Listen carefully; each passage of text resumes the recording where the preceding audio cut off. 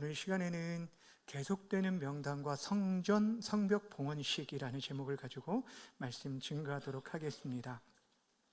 오늘 보면 느헤미야 12장은 느헤미야 전체에서 매우 중요한 전환점을 우리에게 보여줍니다. 무너졌던 예루살렘 성벽을 다시금 재건하게 되었는데 그 성벽을 드디어 하나님께 구별하여 드려지는 봉헌식이 열리게 되어진 것입니다. 우리가 일찍이 살펴본 것처럼 느헤미야 6장에서 이미 하나님의 기적적인 도우심으로 52일 만에 성벽이 완공되었는데 그 완공되어진 다음에 곧바로 봉헌식을 한 것이 아니라 그들이 그 기간 동안 봉헌식을 하기에 앞서서 이들 공동체 가운데 감당해야 할 중요한 일들이 있었습니다. 무엇이었냐면 무너진 성벽보다 더 중요했던 그들의 무너진 마음과 믿음을 다시금 새롭게 하고 재건하는 회복시키는 일이었습니다. 이를 위해서 8장에서 보면 그들이 수문 앞 광장에 모여서 하나님의 말씀을 온종일 받게 되어지고 그 말씀에 의해서 자신과 조상들의 죄를 자복하고 회개하게 되어집니다. 그리고 9장에서는 하나님 앞에서 우리가 이제 하나님의 말씀을 쫓아 살겠습니다 라고 결단하면서 견고한 언약을 맺고 그 명단이 10장에 기록이 되어 있고 11장에 와서는 예루살렘 성을 거룩한 성으로 세워가기 위해서 제비를 뽑아서 그곳에 거주할 자들을 세우게 되는, 그러니까 공동체가 예배 중심의 삶으로 준비하는 과정들을 가지게 됩니다. 그런 모든 영적인 준비를 다 마친 다음에 드디어 성벽 공헌식을 열게 되어진 것입니다. 오늘 우리가 본문 22절부터 30절까지 읽었지만 12장 전체가 본문인데 12장은 크게 두 부분으로 나눌 수 있습니다. 1절부터 26절까지는 제사장과 레위인들의 명단이 소개되어져 있고요. 또 27절 이하에는 성벽 봉헌이 어떻게 진행되어진지 그 진행의 과정을 아주 자세하게 소개해 주고 있습니다.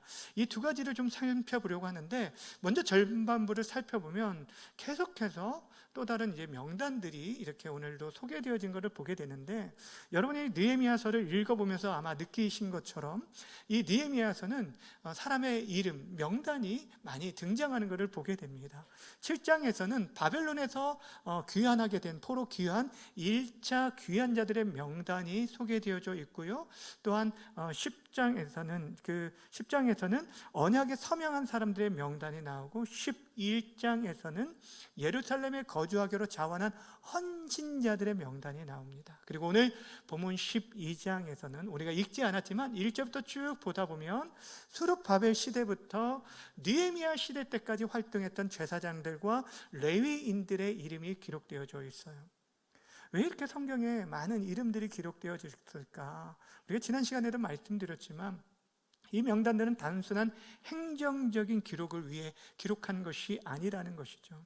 이 안에는 하나님께서 저들의 헌신을 잊지 않으신다라는 내용이 담겨져 있다라는 거예요. 사람들은 잊혀질지 모르지만 하나님께서는 하나님 나라와 의를 위해서 헌신한 자들의 그 수고를 기억하심을 보여주고 있다라는 것입니다. 자, 그렇다면 오늘 본문이 왜 이 시점에서 레위인과 제사장들의 명단을 우리에게 소개해주고 있을까? 여러분, 성벽 봉헌식이라는 이 중요한 자리 앞에서 하나님께서 특별히 그들의 이름을 기록하게 하신 이유가 있다라는 것입니다. 무엇이냐면 이들은 그동안에 무너진 이스라엘 공동체의 예배를 위해, 그 예배 회복을 위해 헌신한 자들이었기 때문이었어요. 특별히 여러분, 그 본문 가운데 기록되는 이름 가운데 우리들이 제사장들도 있지만 레위인들을 그 이름을 주목하기를 원하는데, 왜냐하면 이 레위인들이 이름이 각별했던 이유는 이들은 예루살렘에 돌아와도 그들에게 주어진 기업이 전혀 없는 자들이었기 때문이에요. 여호수아서에 보면 하나님이 약속의 땅인 가나안 땅을 그들이 정복 전쟁을 통해서 정복하고 나서 그 땅을 분배할 때 어떻게 분배하냐면 각 지파별로 그 땅을 분배하게 되어집니다. 예를 들면 전라도면은 전라남도를 어떤 유다 지파에 주든지 이런 식으로 각 지파별로 이렇게 한 지역씩 주게 됩니다. 그런데 그 12지파 가운데 유일하게 기업을 주지 않은 지파가 있어요. 어디 지파냐면 바로 레위 지파였습니다. 왜 주지 않았을까요? 성경 이렇게 기록하고 있습니다. 여호수아 13장 33절 오직 레위 지파에게는 모세가 기업을 주지 아니하였으니 이는 그들에게 말씀하신 것과 같이 이스라엘 하나님 여호와께서 그들의 무엇이 된다고요? 기업이 되신다라고 얘기합니다. 여러분, 이들이 하는 일은 무엇이냐면 제사장들을 돕는 일들을 하고 성막을 관리하고 또 백성들이 예배할 수 있도록 돕는 일들을 하는데, 이제 이들이 어떻게 되냐면 각 지파별로 흩어져 있기 때문에 이 레위인들이 48성읍에 다 흩어져서 백성들을 섬기는 일들을 감당하게 되었습니다. 그리고 그들은 각 지파들이 내었던 11조를 통해서 자신들의 생계를 유지하며 나아갔는데, 이들이 포로 기간 동안에는 레위인의 역할을 감당할 이유가 없기 때문에 그들이 다른 지파 사람들과 같이 일상의 삶을 하면서 생계를 유지하며 나아갔어요. 그러던 중 여러분, 이제 바사의 고레스 왕에 의해서 귀환 명령이 떨어졌을 때 누구든지 원하는 사람들은 예루살렘으로 돌아가도 좋다라고 했을 때 다른 지파 사람들은 이 일에 동참한 사람들이 많았는데 레위 지파는 함께하지 않았다. 왜 그랬을까요? 다른 지파는 돌아가도 자신들의 기업이 여전히 있지만 레위 지파는 돌아가도 자신들의 기업이 전혀 없을 뿐 아니라 아직 예배가 회복되지 않았기 때문에 자신들의 생계, 즉 먹고 사는 문제가 걸렸다는 거예요. 그런 사실을 실제적으로 보여주는 것이 에스라서에 나오는데, 에스라 8장 15절에 보면 내가 모래를 아하와로 흐르는 강가에 모으고 거기서 3일 동안 장막에 머물며 백성과 제사장들을 살핀즉 그 중에 레위 자손이 얼마나 있었다고요? 한 사람도 없었다라고 말합니다. 2차 포로 귀환을 이끌었던 에스라가 오는 중에 중간에서 점검을 했어요. 누가 있는지 확인하는 가운데 레위인들이 한 사람도 없는 것을 발견하고 급하게 도움을 요청해서요, 이 레위인들을 함께 해서 2차 포로 귀환이 이루어진 내용이 에스라 8장에 기록되어 있어요. 무엇을 말하냐면 당시에 제사장과 레위인들이 자신들의 지금 70년 동안 바벨론에 머물면서 자신의 삶의 터전을 갖고 있는 그들이 아무런 기업이 없는 예루살렘으로 돌아간다는 결코 쉬운 일이 아니었다는 거예요. 모든 사람들이 좀 더 나은 삶, 편안한 삶을 추구하며 살아가는 그때 그들은 자신들의 모든 기득권들, 보장된 삶을 내려놓고 하나님을 예배하기 위한 공동체의 예배에 회복하기 위해서 돌아오고 헌신했다는 것. 그러기에 하나님께서 그들의 이름을 성경에 기록하게 하시고 지금 우리에게까지 전해지게 하였다라는 것입니다. 그런데 사랑하는 여러분, 레위인들이 본국으로 돌아가기를 꺼려했던 그 시대의 그 모습이 사실 오늘날 이 시대에도 반복되고 있다는 사실을 여러분 아십니까? 요즘 한국교회가 겪고 있는 큰 어려움 중에 하나가 바로 사역자를 구하기 힘들다라는 거예요. 지금 특히 서울 이외의 지방에서는 부목사님과 전도사님을 구하는 것이 하늘에서 별따기처럼 어렵게 되어졌습니다. 목회를 한다는 사람들이 점점 줄어들고 있기 때문에 신학대학원, 신대원의 정원들을 채우지 못하고 미달되는 사태가 발생하고 있고 지방 신학교는 폐교 위기에 있어지고 있습니다. 물론 여러 가지 이유가 있죠. 한국교회 전체의 교인 숫자가 줄어들면서 목회자의 자리들이 줄어들고 있는 것도 하나의 이유이지만 무엇보다도 이 사회가 교회와 목회자에 대한 신뢰 자체가 아예 무너졌기 때문에, 그 권위 자체가 무너졌기 때문에 이 목회를 하려고 하지 않기도 합니다. 그런데 실제적인 더 구체적인 이유가 뭐냐면 그들의 생활의 여러 가지 어려움 때문이라는 거예요. 신학을 공부하고 신대원, 대학원까지 나왔음에도 불구하고 그리고 사역의 현장에 들어갔지만 막상 자신들의 생계 유지조차가 어려운 거예요. 자녀 교육은 물론이고 생활 자체가 많이 너무 힘겹다 보니까 목회를 하다가도 중간에 포기하는 사람들이 굉장히 많이 있습니다. 그러다 보니까 사역자들을 구하기가 힘든 시대가 되었습니다.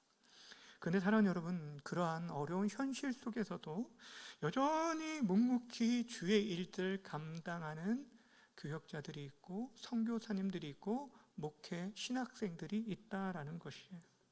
여러분, 우리들이 그러한 자들을 귀하게 여길 줄 알아야 하는 것이에요.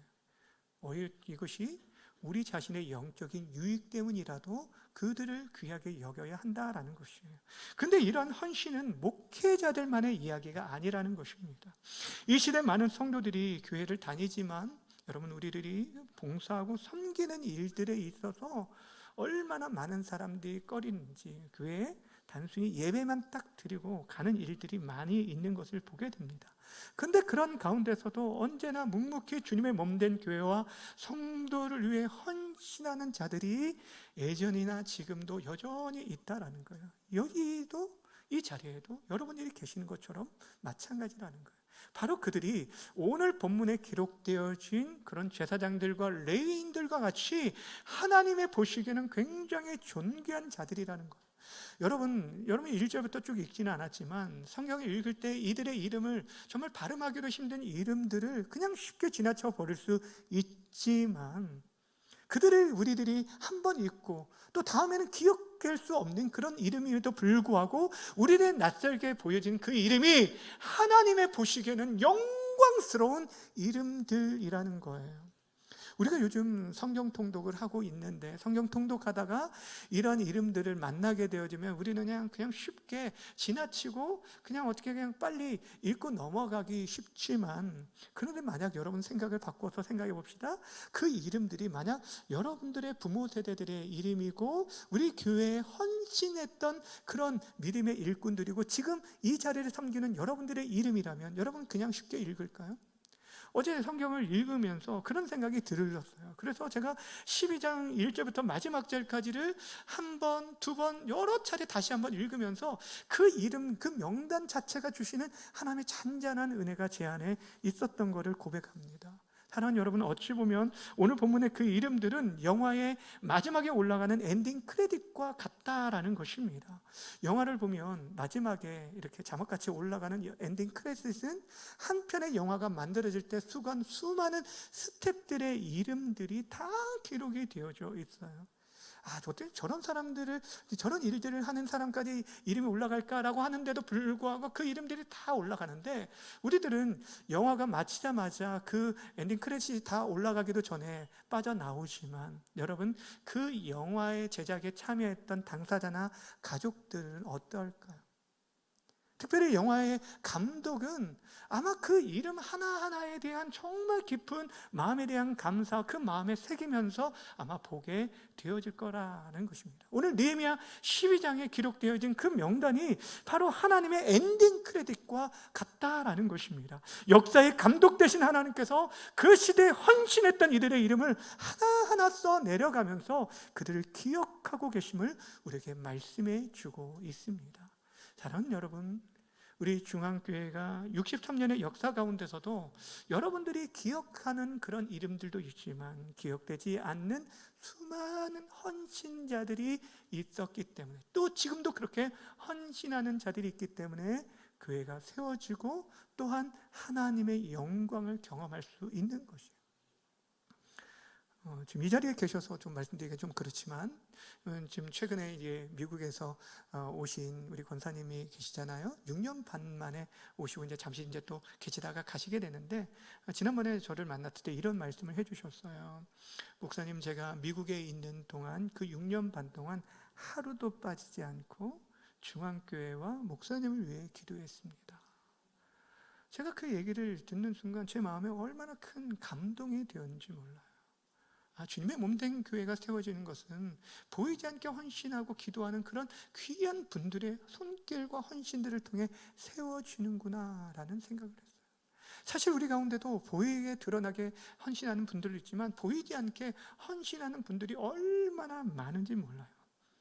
아니 때로는요 여건과 환경이 허락되지 않기 때문에 마음은 원이지만 육신의 연약함으로 인해서 간신히 예배만 참석하는 분들도 계시고요, 또 그런 가운데도 또 교회에 나오지 못해서 집에서 가류 중에 있는데도 불구하고 교회를 돌아보면서 하나님 앞에 기도하는 헌신된 자들, 다시 말하면 우리 모두가 주님의 교회로 함께 지어져 가기 위해서 각자 세워진 그 심겨진 믿음의 자리를 지키고 있는 모두를 우리 하나님께서 한 사람 한 사람 다 귀하게 여기시고 기억하고 계시다는 사실입니다.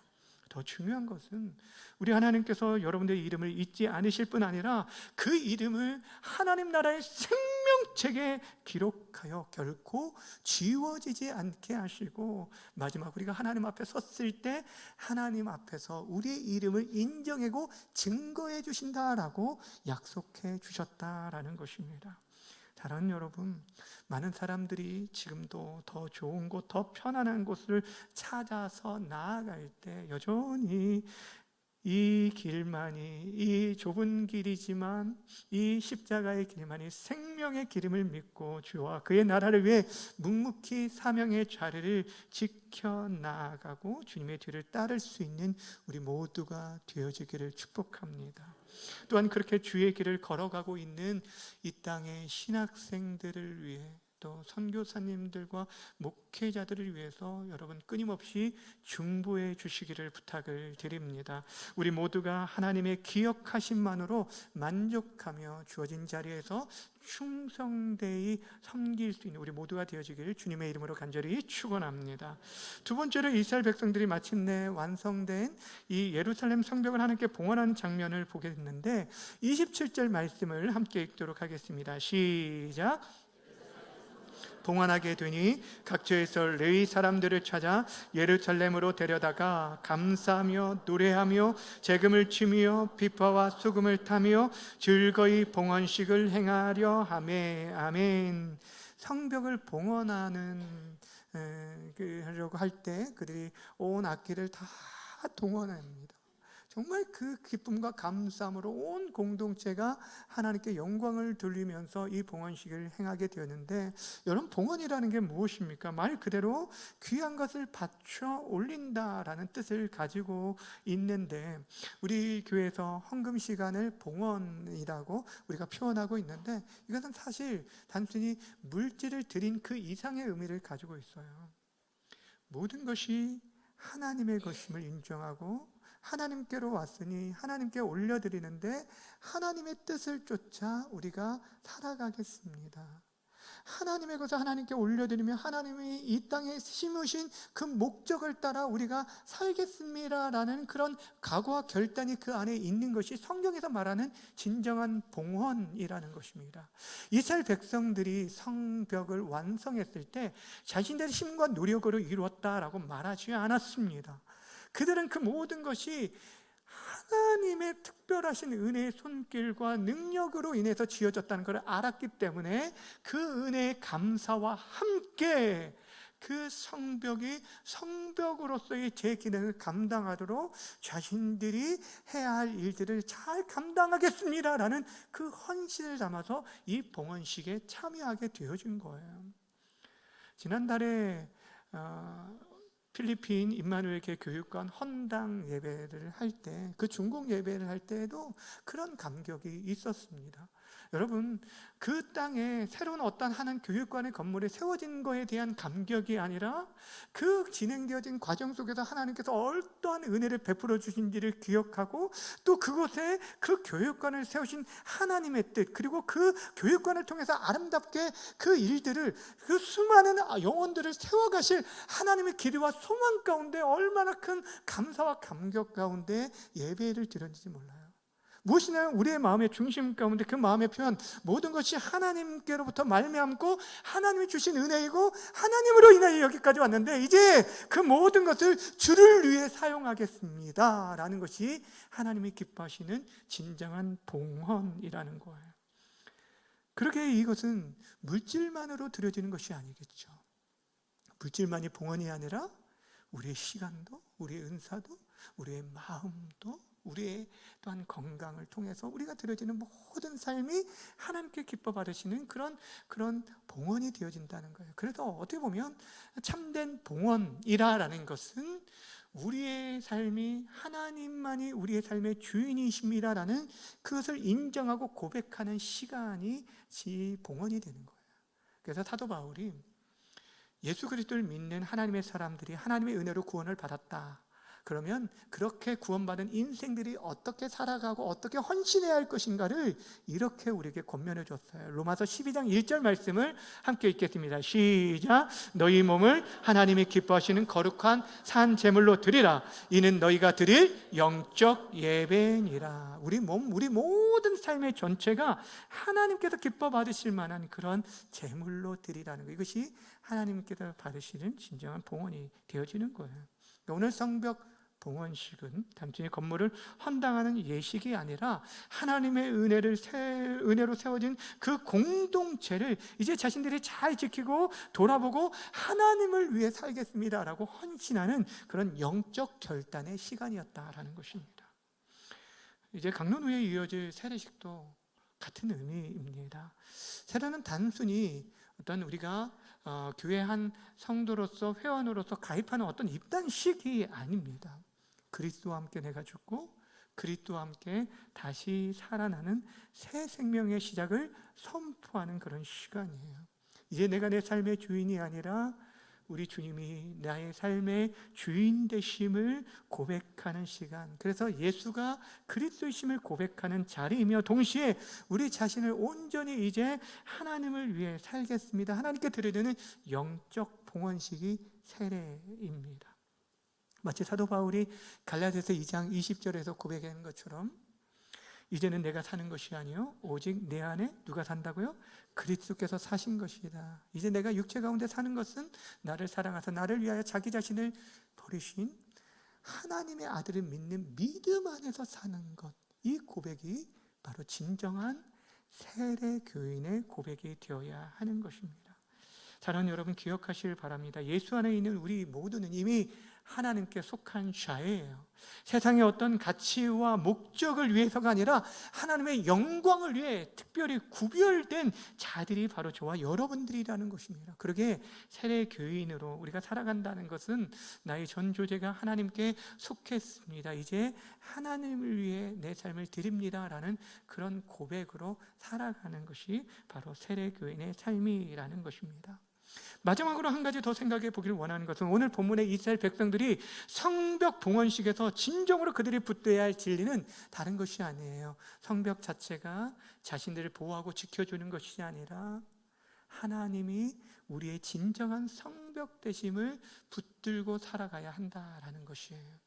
과거 이스라엘 백성들은 성벽과 성전이 자신들을 지켜줄 거라고 착각을 하고 그 성벽을 그들에게 세워주신 하나님을 의지하지 않음으로 인해서 큰 어려움을 당하고 성벽과 성전이 다 무너지게 되어졌죠. 근데 이제는 달라졌어요. 그들은 성벽보다 하나님을 바라보았고 참된 보호자 되신 하나님께 그 모든 영광을 드리며 지금 자신의 삶을 온전히 드려야 되는 그런 예배를 드리고 있는 것이에요. 사랑하는 여러분, 우리의 삶도 마찬가지입니다. 우리 자신을 지켜줄 것 같은 눈에 보이는 어떠한 죄력이나 재물이나 지위나 건강, 이것이 우리를 지켜줄 것처럼 보일 때가 있지만 그러나 진정으로 우리들이 의지하고 붙들고 살아가야 할 분은 오직 한 분, 하나님뿐이라는 사실입니다. 하나님께서 친히 우리의 성벽이 되어주실 때만이 우리의 가정이 든든할 수 있고요, 우리의 공동체가 든든할 수 있고 이 나라 민족의 참된 평안을 누릴 수 있는 것이에요. 그래서 스가랴 선지자가 본 환상의 내용이 바로 이 내용을 포함되고 있는데 스가랴 2장 4절 5절에 보면 하나님께서 이렇게 말씀해 주셨어요. 예루살렘은 그 가운데 사람과 죽이 많음으로 성곽 없는 성읍이 될 것이야. 성벽이 없는 성벽이 될 거라는 거죠. 성읍이 여호와의 말씀에 내가 불로 둘러싼 성곽이 되며 그 가운데서 영광이 되리라 라고 말씀하셨어요. 무엇을 말씀하는지 아십니까?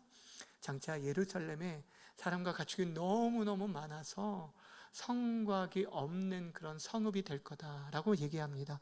여러분, 성벽이 없다라는 것은 당시에 안전이 보장되지 않는 불안전한 그런 곳인데도 불구하고 그들이 걱정할 것이 없는 것이 하나님께서 친히 내가 친히 너희의 불성곽이 되겠다.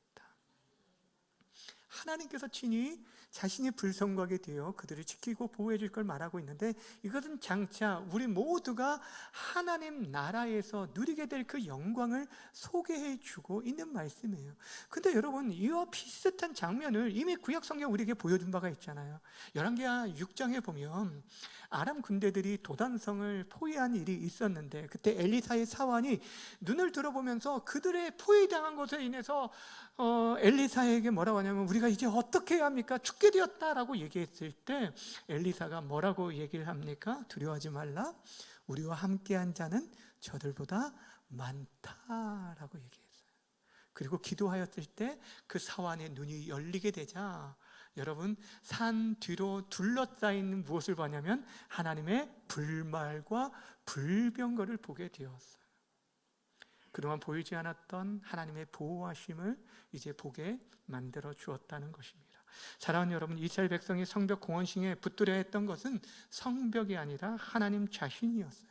성벽의 공동체를 지켜주는 것이 아니라 하나님께서 친히 저들의 방패와 요새가 되신다는 사실입니다. 어제 세례교육 때 세례교육 대상자들에게도 말씀드렸지만, 세례받았다는 사실이 우리의 구원과 안정을 보장해 주는 것이 아니다라고 말씀을 드렸어요.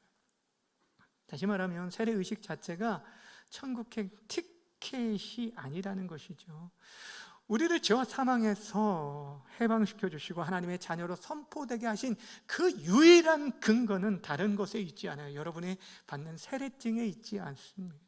바로 우리 주 예수 그리스도의 십자가의 대속과 부활의 능력으로 말미암는다라는 것이에요. 그래서 우리들이 늘 붙들어야 할 게 무엇이냐면, 늘 언제나 여러분이 진정한 세례교인으로 이 땅에 살아간다는 것은 무엇을 붙들며 살아가냐면 예수 그리스도의 십자가의 은혜예요.